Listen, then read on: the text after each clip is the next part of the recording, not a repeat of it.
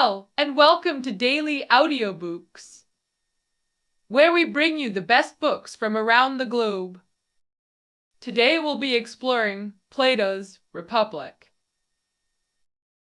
Anyone with even a passing interest in philosophy has heard of this foundational work of Western philosophy, the origin of utopian literature as pivotal as Confucius' Analects. But this groundbreaking work has one intimidating feature: its sheer length.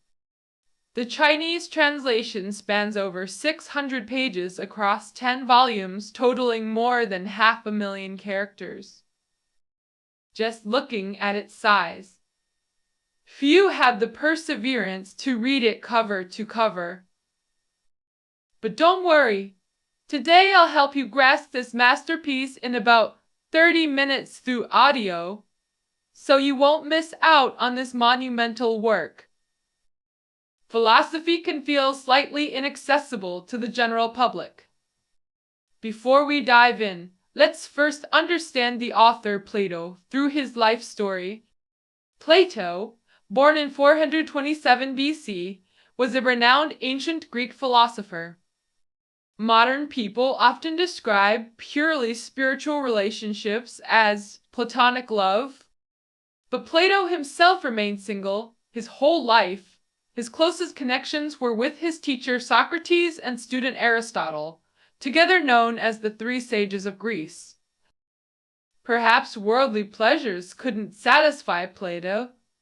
He dedicated all 80 years of his life to philosophy. This devotion enabled him to establish Western philosophy's rationalist tradition. You might wonder, why should I spend time on a 2,400-year-old book?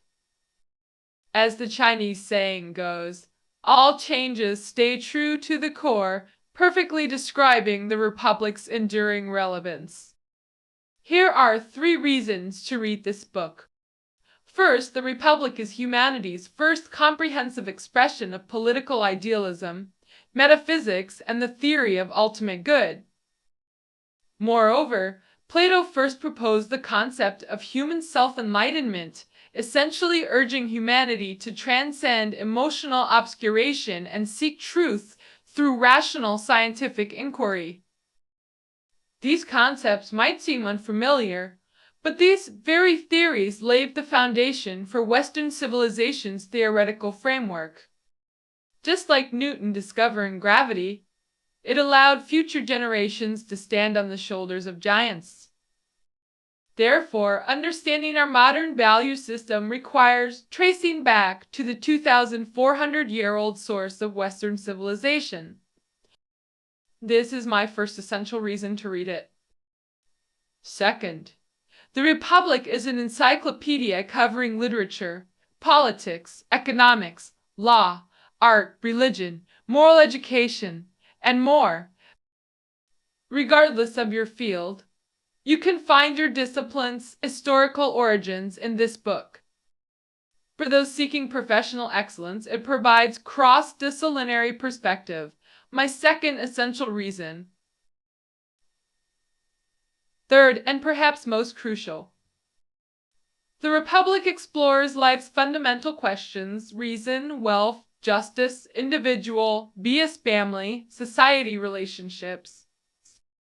These not only constitute life's most important topics, but humanity's eternal ultimate questions. Reading The Republic helps transcend narrow perspectives to understand humanity and society at higher levels. This is my third essential reason. That's why we're exploring this monumental work today. To simplify understanding, I've distilled 3 relatable questions. 1. Why be rational? 2.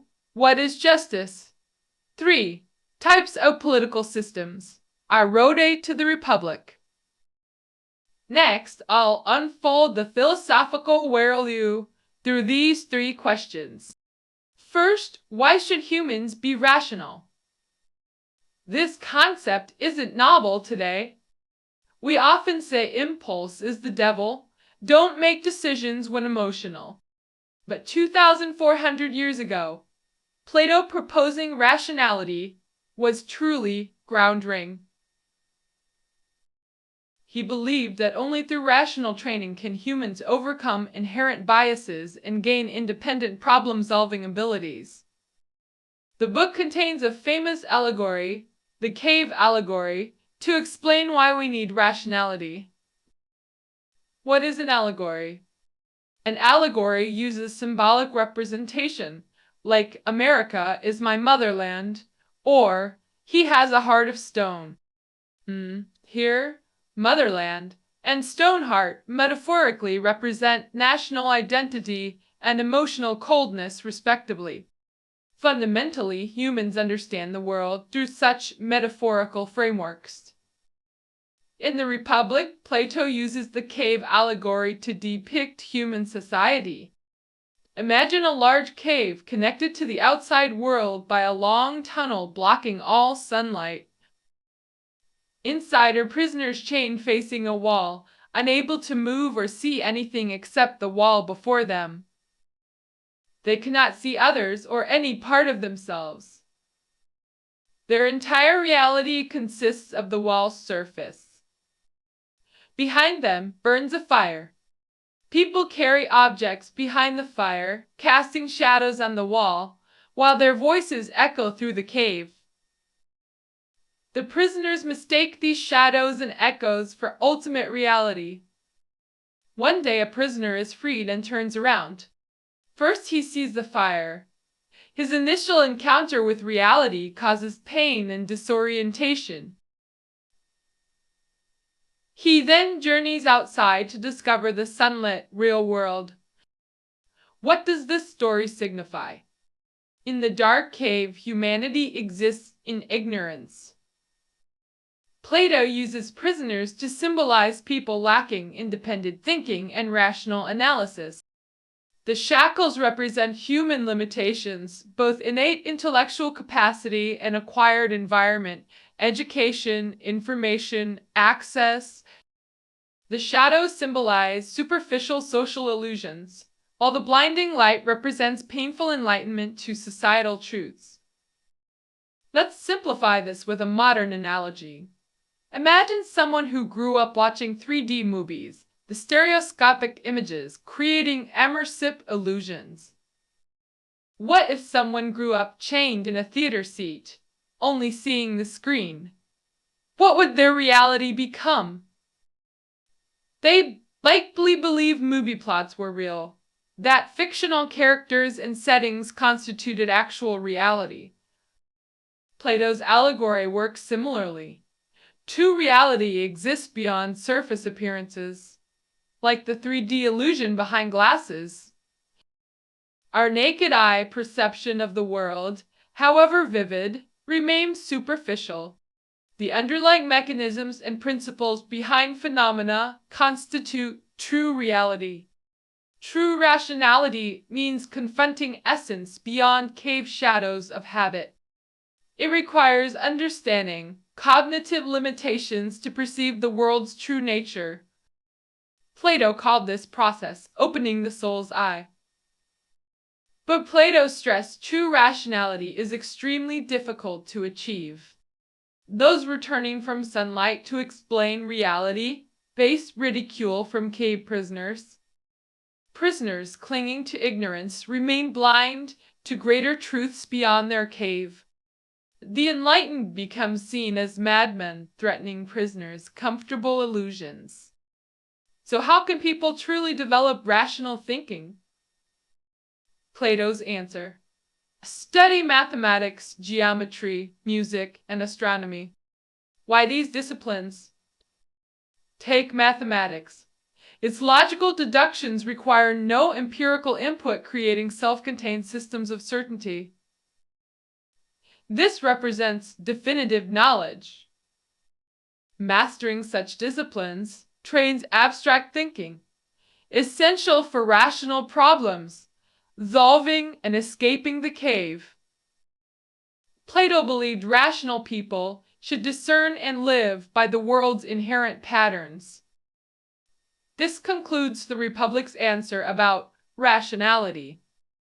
If you're willing to break free from constraints and pursue rationality, let's explore our next question on this foundation. What is justice for individuals and societies? As mentioned, the Republic presents philosophy through dialogues. Plato examines justice through Socrates. 17,000 character debate with 3 interlocutors. First opponent, Polemarchus, let's call him Bobo, representing common views. He claims justice is repaying debts. Socrates asks, should we repay enemies what we owe them? Bobo responds, repay, regardless of friendship or enmity. Socrates concludes, so justice is giving everyone their due, good to friends, evil to enemies. Bobo agrees, seeing doctors, soldiers, and honest friends as just. Socrates then springs his trap. Doctors best at curing can also best poison, soldiers best at defense can best attack, honest friends could be best thieves. Nothing can have contradictory properties like heating and cooling. Thus, justice shouldn't combine helping, harming opposites. Bobo's definition collapses logically. Bobo concedes defeat. Enter Thrasymachus. Let's call him Xiao Sei, a sophist philosopher. Cao interrupts. Socrates, you're talking nonsense. He declares, justice is the advantage of the stronger. Socrates parries. You mean the weak should obey the strong? As Cao Sei affirms. Exactly. Might makes right. Whatever the powerful do is just. Thus the weak obeying the strong constitutes justice. Using medicine as example, doctors stronger in knowledge direct patients weaker. Patients must follow medical advice, natural hierarchy of competence. Similarly, rulers wise govern subjects, ignorant natural social order. Mental workers govern. Physical workers are governed natural law. Socrates counters with calm logic. All skills, medicine, governance, ultimately serve their subjects, not practitioners. Shepherds use skills to benefit sheep, not themselves.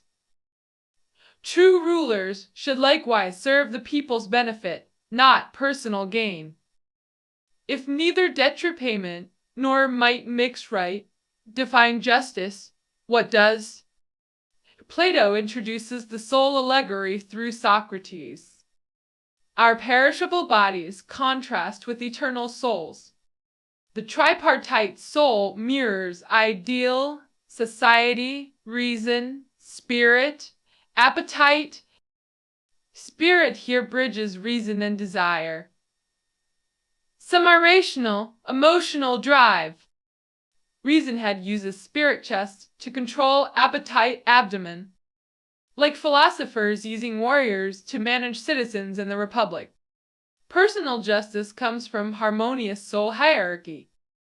Social justice emerges when classes fulfill designated roles. Philosophers govern, warriors protect, workers produce, each excelling in proper function. This organic specialization creates collective harmony. Following this logic, why do unjust people exist? The Republic posits 3 soul components: beast appetite, lion spirit, and human reason. The beast symbolizes chaotic desires, the lion represents disciplined yet volatile spirit, the human embodies stable rationality. True humanity lies in rational dominance. This metaphor highlights soul elements' hierarchy and reason's vulnerability. Beast and lion overpower humans. reason often loses to appetite. Spirit. Plato categorizes people. 1. Profit seekers, commerce, appetite-driven. 2. Honor seekers, politics, spirit-driven. 3. No geekers, philosophers, reason-driven. These types reflect dominant soul elements shaping human differences. Soul dispositions determine social stratification and group formations. The ideal state mirrors soul structure. Rulers reason, guardians spirit, producers appetite. Social justice requires strict division of labor according to innate capacities. Producers manage agriculture, crafts with family lives. Guardians receive rigorous training to maintain security. Rulers must possess specialized governance knowledge. This concludes Plato's definition of justice in the Republic. Justice isn't vulgar retaliation nor might mix right, but balance through tripartite harmony. True justice emerges when reason governs spirit controlling appetite. The famous tripartite soul theory. Through Plato's interpretation of justice, we glimpse his political philosophy. Now, let's address the third question. How many types of political systems exist?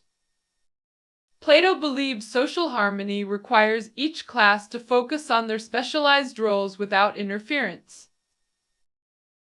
Professional specialization eliminates internal conflicts. Selfishness disappears when everyone fulfills their purpose. Those dedicated to their duties cannot be selfish. Plato doubly ensured selflessness by reserving leadership for those who identify completely with state welfare. Rulers had no families or possessions to tempt selfishness. True rulers must be philosopher kings, either philosophers becoming rulers or rulers becoming philosophers. Like Confucius promoting his ideas to Chinese rulers, Plato advised Greek city-state kings about reason and soul. These efforts achieved little. Most attempts failed completely. Plato then tried educating potential rulers through his academy. Established around 387 BC, Plato's academy became higher education's prototype, lasting 900 plus years. This institution trained countless legislators for city-states. At age 40, Plato got his chance when Dionysius I of Syracuse invited him. But Plato's blunt criticism of Syracusan governance angered the tyrant, leading to expulsion. Later, Dionysius I ascended the throne and invited Plato again, initially smoothly. Ultimately, Dionysius, I believed slanderers' words and nearly killed Plato. Plato barely escaped back to Athens during Syracuse's military conflict. In his twilight years, Plato received a third invitation to Syracuse. Dionysius I became more tyrannical. Philosophy lessons failed to enlighten him. As expected, the enraged Dionysius, I enslaved Plato. Plato narrowly escaped death through student Phaedo's rescue. After these trials, Plato realized his idealistic model couldn't be perfectly implemented. Reasons included unrealistic, philosopher-king expectations and human conflicts. He poured his political disappointment and ideals into the Republic. By analyzing existing potential Greek political systems, he created governance models with respective merits. Flaws. Plato categorized 5 political systems: aristocracy, timocracy, oligarchy, democracy, tyranny, ranked by merit. The Chinese character zan means usurpation, overstepping authority. Only aristocracy was considered, just others were corruptions. Why did Plato make this claim? Let's analyze these 5 systems sensually. First, aristocracy rule by the virtuous. Aristocracy means governance by philosopher kings possessing true political wisdom. In the Republic, they hold absolute authority over all. Plato considered this the only just political system. For example, China's legendary Yao Shun Yu era exemplified such virtuous rule. Without verifying historical accuracy, the concept of abdicating to the wisest aligns with Plato. This political philosophy remarkably parallels Plato's vision. Plato deemed all other 4 systems unjust corruptions of the ideal. Plato's philosophy profoundly influenced Western meritocratic governance theories. What is democracy? Democracy emerges when ruling administrative and labor classes become intermixed. Martial values dominate. Rulers gain status through military achievements, prioritizing physical training over cultural education. Ancient China's Qingzi dynasty military regime exemplified democracy. Third, oligarchy. Oligarchy concentrates power among the wealthy, excluding the poor from governance. Ancient Roman republics Senate-controlled system typified oligarchy. Fourth, democracy. Plato defined democracy as anarchic equality, granting equal rights regardless of merit, easily descending into mob rule. Do you know how Socrates died? Athenian. Citizens voted to execute him after public debates exposed their ignorance. Democracy killing wisdom. Finally, the worst system. Tyranny, illegitimate, autocracy. Tyrants seize power unlawfully like Greek city-state dictators. Ancient Corinth, Argos, and Athens experienced tyrannies. Chinese history's Zhang Nuo. 3 Kingdoms and in Lushan, Tang established tyrannies. Their regimes relied on military force without popular mandate or legitimate succession. The inevitable result, social chaos and civilian suffering. Plato's analysis of 5 governance systems remains intellectually enlightening today. With that, we've covered the Republic's main ideas. Understanding rationality through the cave allegory, examining justice via Socrates' debates with Polemarchus and Thrasymachus. Finally, we distinguished 5 political systems and identified which embody true justice. That concludes today's program. Find summary notes below the audio. Congratulations on completing another intellectual journey.